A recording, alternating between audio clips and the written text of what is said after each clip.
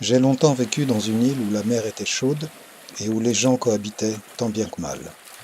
C'est un lieu intense, où la terre peut trembler terriblement fort, où le vent peut emporter des arbres entiers, où les colères de l'océan tentent de rivaliser avec celles du volcan. Je travaillais dans cet endroit avec tous les matériaux que je pouvais y trouver. Je rassemblais des restes d'objets que je récoltais çà et là, comme des morceaux de bois, des pièces de cuivre et d'acier, ou encore des formes manufacturées que la nature avait patinées et rendues inutilisables. Je connaissais ceux qui réparaient les bateaux, et les marchands sévères et âpres au gain qui les suivaient. Ils me fournissaient des cols, du bois usiné et des fibres. Comme partout, les poissons avaient disparu. La mer était devenue prévisible.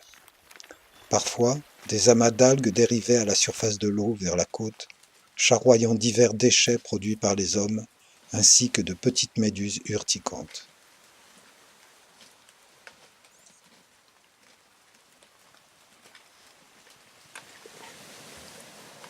Mon activité principale consistait à nager loin du bord et à plonger le plus profondément possible. Je plongeais parce que j'aime arrêter de respirer.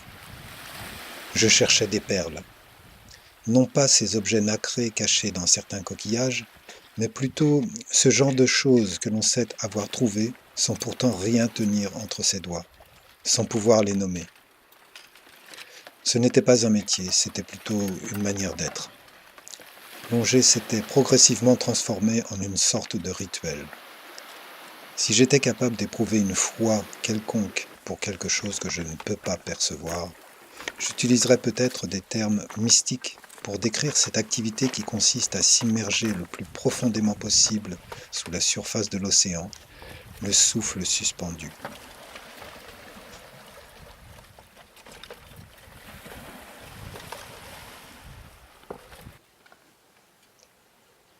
Ce qui m'importe, c'est l'expérience. C'est ce qui s'imprime en moi. J'essaye de laisser dans le sol changeant des traces qui ne nuisent à personne. J'inscris des marques dégradables dans les recoins du monde. Je sais la matière sibylline, elle me constitue. Je suis un individu parmi tous, un élément de l'ensemble. Chaque singularité affirme sa présence dans le champ des événements, aussi infime soit-elle. Un désir impérieux m'impose de découvrir en quoi elle est signifiante.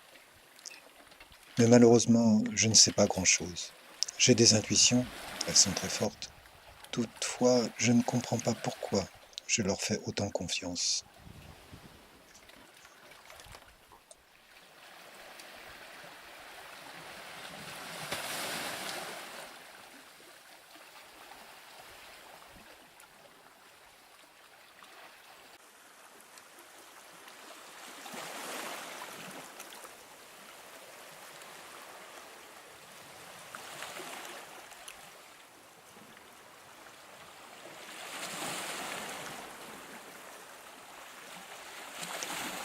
Sur un morceau de terre abîmé par des pratiques peu scrupuleuses, rendu à moitié stérile par les mauvais traitements, j'avais installé une de ces structures d'acier et de plastique dont se servent les paysans pour protéger leur culture des intempéries et du soleil. J'en avais fait une sorte d'entrepôt pour mes trouvailles et mes tentatives d'assemblage. En effet, je passais beaucoup de temps également à essayer d'élaborer un nouveau statut pour les formes fragmentaires que la mer, la terre et les autres personnes, hommes ou animaux, m'abandonnaient. J'aspirais à fabriquer pour ces objets une place inédite dans ma réalité en les liant entre eux, en les collant, en les attachant, en les juxtaposant.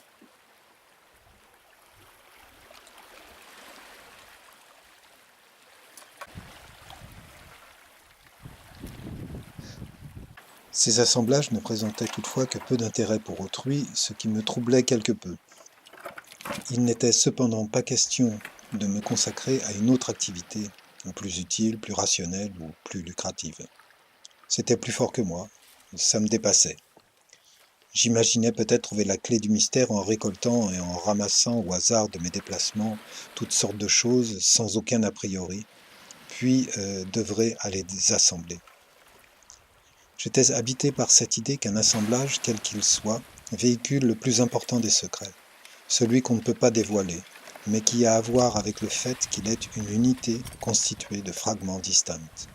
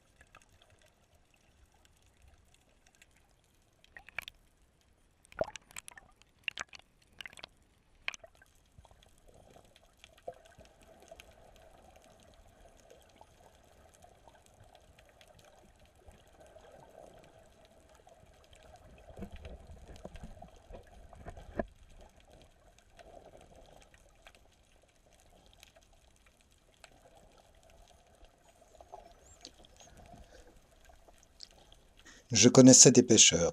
Ils me comprenaient. Au début, cela m'a surpris. J'étais persuadé que la rudesse de leur vie les rendrait imperméables à toute rencontre avec quelqu'un comme moi.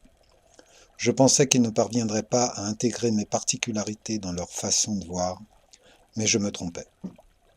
Je récupérais auprès d'eux des têtes de poissons, de très gros poissons, des thons, des poissons à rostre, des dorades coryphènes. Je les suspendais à des arbres, de manière à ce qu'elles se dessèchent. Elles devenaient ainsi sacrées à mes yeux, reliques de combats funestes, traces du conflit primordial qui oppose l'océan et la terre.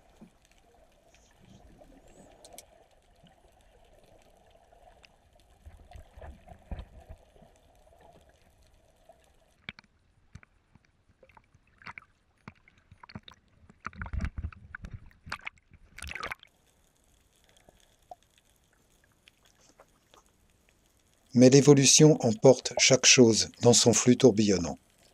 Il y eut un jour où je décidai de partir, ou plutôt de m'éclipser. J'ai offert quelques-uns de mes assemblages à des amis perplexes. J'ai dispersé dans le paysage ma collection de fragments inertes et d'empreintes éphémères. Ce qui me paraît maintenant le plus important est de restituer à la mer ces vestiges de ce qui lui avait été arraché, ces restes que j'avais gardés et que j'avais transformés en fétiches. Les os de tortues imbriquées trouvés dans des rochers au pied d'une falaise ressemblent pour moi à des matrices que je n'aurais jamais pu graver. Les têtes tranchées de marlins et d'albacores sont habitées par des esprits sereins, mais elles doivent retrouver au fond de l'eau l'indistincte dont elles n'auraient jamais dû être isolées.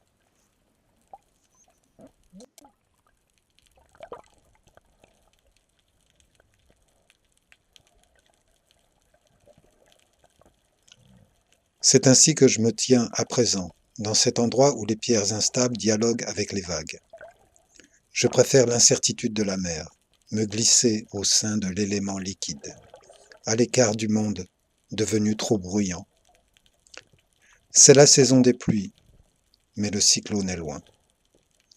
Il tourne en rond au milieu de l'océan, comme un démon cherchant à s'attraper la queue. La mer des Caraïbes est épuisée. Je me détache, les liens sont usés. Quelque chose reste toutefois.